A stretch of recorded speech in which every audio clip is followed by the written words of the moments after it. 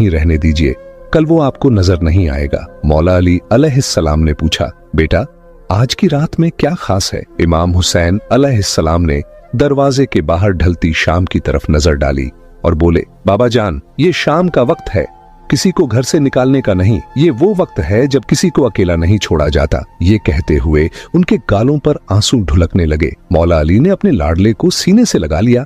खामोशी में जैसे बहुत कुछ कहा गया हो। रात ढल गई, तहज्जुद का वक्त आया। इमाम हुसैन अलैहिस्सलाम अपने हाथों में अब्बू अल हारिस के लिए खाना लेकर बाहर आए। शेर ने अपनी मासूम आंखों से मौला को देखा, जैसे पूछ रहा हो, मौला आज सब ठीक है ना? इमाम हुसैन अलैहिस्सलाम ने चुपचाप बैठकर उसकी पीठ सहलाई, फिर सारा हाल कह सुनाया। अब्बू अल हारिस सब सुनता रहा। फिर उसने सर झुकाकर कहा, ठीक है मौला, मैं चला जाऊंगा, मगर मेरी एक शर्त है। इमाम हुसैन अलैहिस्सलाम ने नरमी से पूछा, कौन सी शर्त अब्बू अल हारिस? शेर ने आंखों में आंसू भरकर कहा, मौला बस जिंदगी में एक बार फिर आपसे मिलने की इजाजत दे दीजिए। ये सुनकर इमाम हुसैन की आंखें भी भीग गईं। उन्होंने आसमान की तरफ देखा और आहिस्ता से बोले, याद रखना अब्बू अल हारिस, वो दिन होगा 10वां मुहर्रम सन 61 हिजरी, करबला का मैदान। एक टीले के पास तुम्हें आवाज दी जाएगी, बस उस आवाज पर चले आना। अब्बू अल हारिस ने मासूमियत से पूछा, मौला वो आवाज कौन देगा?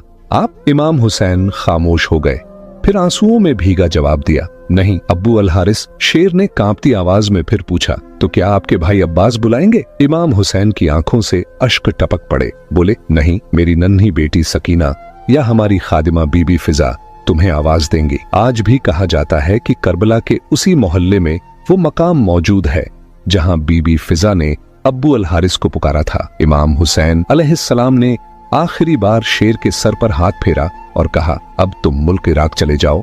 नैनवा के करीब एक जंगल है, उसका शेर मर चुका है, अब तुम्हें वहां का रखवाला बनना है। अब्बू अल हारिस ने मौला के कदमों को चूमा, अपनी आंखों में मोहब्बत और वफा समेटी और चुपचाप नैनवा की तरफ रवाना हो गया। मगर उसका दिल वहीं मौला हुसैन के पास रह गया। वहां का बादशाह शेर मर चुका था और अब अब्बू अल हारिस उस जंगल का नया रखवाला बन गया। मगर उसकी हर दहाड़ में, हर सांस में बस एक ही नाम था, हुसैन। वो जंगल में था मगर दिल से करबला के मैदान में ही रहा। वक्त गुजरा और फिर वो तारीख आ गई जो रहती दुनिया तक याद रखी जाएगी। आशूर का दिन था जब इमाम हुसैन अलैहिस्सलाम को शहीद कर दिया गया। उस वक्त करबला की रेत तप रही थी, आसमान रो रहा था, जमीन सुन्न थी। इमाम हुसैन की शहादत के बाद उमर बिन साद का हुक्म आया, इमाम हुसैन की लाश पर घोड़े दौड़ाए जाए ताकि जिस्म मुबारक को इतना रौंदा जाए कि कोई पहचान न